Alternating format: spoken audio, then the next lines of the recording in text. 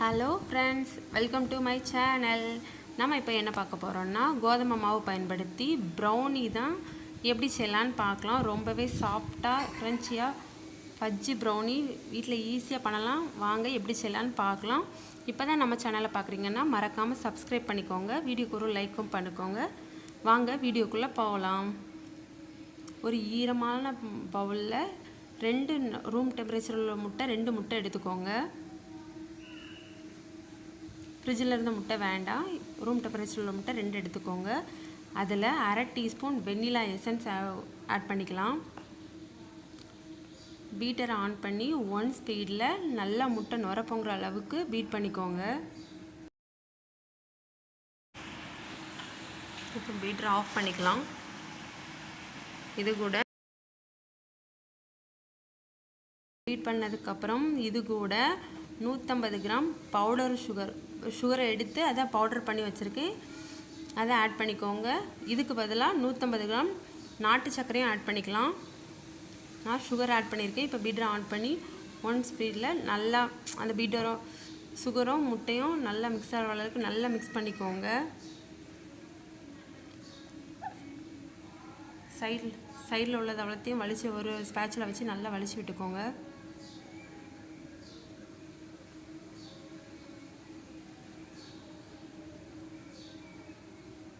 அந்த சுகர் கரையிற அளவுக்கு பீட் பண்ணால் போதும். ஓவர் பீட் பண்ணாண்டா, நம்ம கேக்குக்கு பண்ணுற மாதிரி அப்படி பண்ணாண்டா, லைட்டாக மிக்ஸ் பண்ணிக்கோங்க கரையிற அளவுக்கு.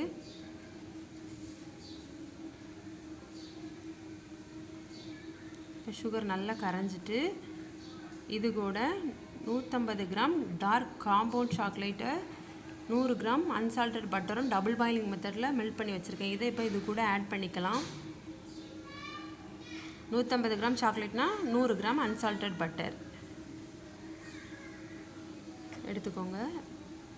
இப்போ இதை ஆட் பண்ணியாச்சு. இதை 1 ஸ்பீடில் லைட்டாக ஒரு மிக்ஸ் மட்டும் கொடுத்தா போதும்.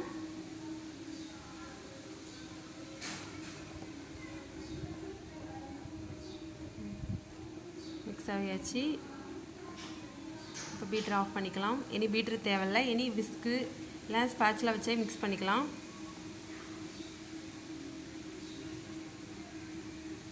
சைடில் உள்ளதெல்லாம் ஒரு ஸ்பேட்சில் வச்சு வலிச்சு விட்டுக்கோங்க.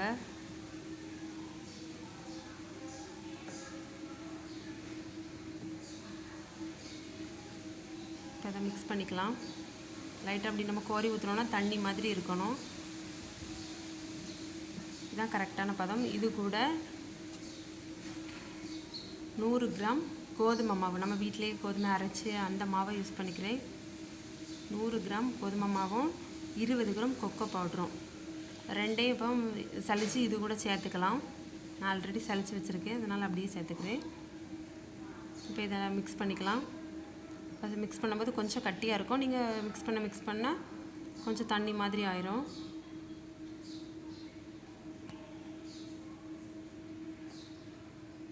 மெதுவாக மிக்ஸ் பண்ணுங்கள்.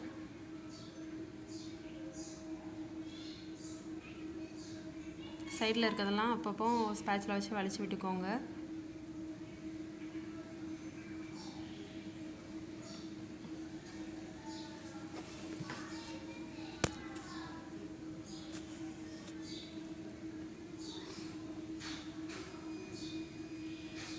இப்போ நல்லா மிக்ஸ் ஆகிட்டு ஸ்பேட்சில் வச்சு லைட்டாக ஒரு மிக்ஸ் கொடுத்துக்கலாம்.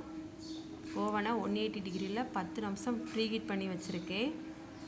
இப்போ டின் 1/2 kgக்கான 8 இன்ச்சு டின் எடுத்திருக்கேன். இதில் பட்டர் ஷீட் போட்டு வச்சுருக்கேன். இதில் இப்போ இந்த பேட்டரை ஆட் பண்ணிக்கலாம்.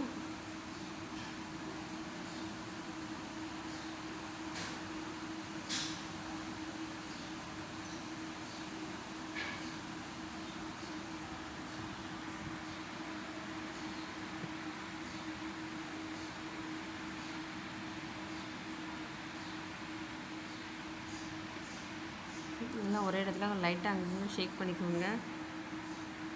அப்போ தான் எல்லா இடமும் ஈவனாக ஸ்ப்ரெட் ஆகும். இப்போ ஒரு குச்சி ஏதாவது இல்லைங்க கம்பி ஏதாவது வச்சு ஏர் பபிள்ஸ் இருந்தால் இப்போ இதை ஓவனில் வச்சிடலாம். 180 டிகிரியில் 20லேருந்து 25 நிமிஷம் பேக் பண்ணாலே போதும், சூப்பராக ரெடி ஆகிடும். இப்போ நல்லா பேக் ஆகிட்டு கிண்கல் டப்போட அழகாக வந்திருக்கு. சூடு ஆறுனதுக்கப்புறம் டிமோல்டு பண்ணுங்கள், இல்லைன்னா அந்த ப்ரௌனி வந்து கிராக் விழ ஆரம்பிச்சிடும்.